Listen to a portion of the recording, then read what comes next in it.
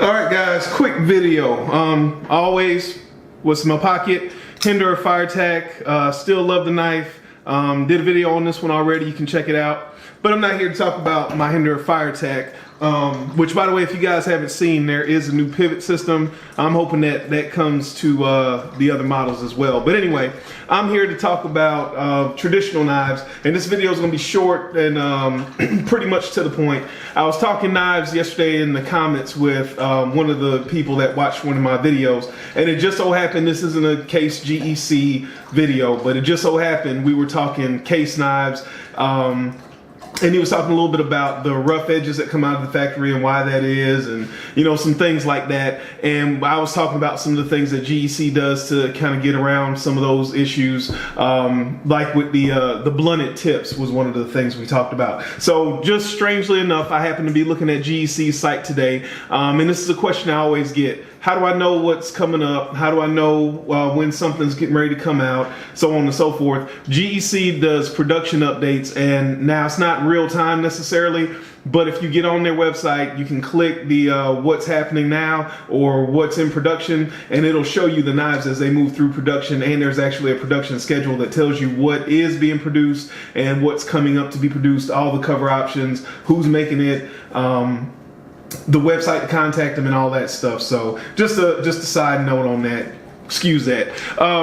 Anyway, on here, this was one of the things I was talking with the guy about. I was telling him that GEC, one of the small details that they do that I don't know if everybody knows about, is on the tip of the actual knife. As it comes through the production process, they leave an extra piece of metal on the end there, and that's to protect the tip of the knife, so that way there aren't any blunted edges as it moves through production.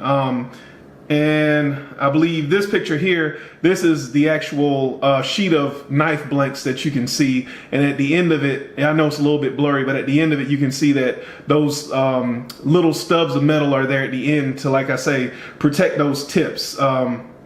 Is something that's small, but those are some of the details that go into the knives that I don't know if people appreciate about the knives in the process. This is also something that we were talking about. GEC still pins their shields on. These are actually the bottom side of the hot dog shield, as they call them, the titty shield, and you can see the little studs there, almost like earrings. They still pin their shields onto their knives. Again, a small detail, but when we talk about certain knives and why certain knives aren't what they used to be, and the cost of certain knives, these are some of the things that factor into that I don't know if they're talked about enough, and if they are talked about, I don't know if it's widely accessible information, and I don't know that there were any pictures of these things readily available before. I mean, now, like I said, you could just get on their general website and you can see these pictures up there today. So I'm gonna leave a link to the website down below, and you guys can go check it out for yourselves. But like I said, just wanted to share that information. It just ironically came up the day after I was talking with the gentleman about the process. Like I said, the rough edges on Case knives and the blunted tips. So not a Case versus GEC video, just talking about GEC, some of the things that they showed up here, and some of the things that go into the knife, and why they are such fine knives, and why the prices are what they are. As always, appreciate you guys watching. I hope to catch you in the next video. Remember, a lazy man carries a dull knife.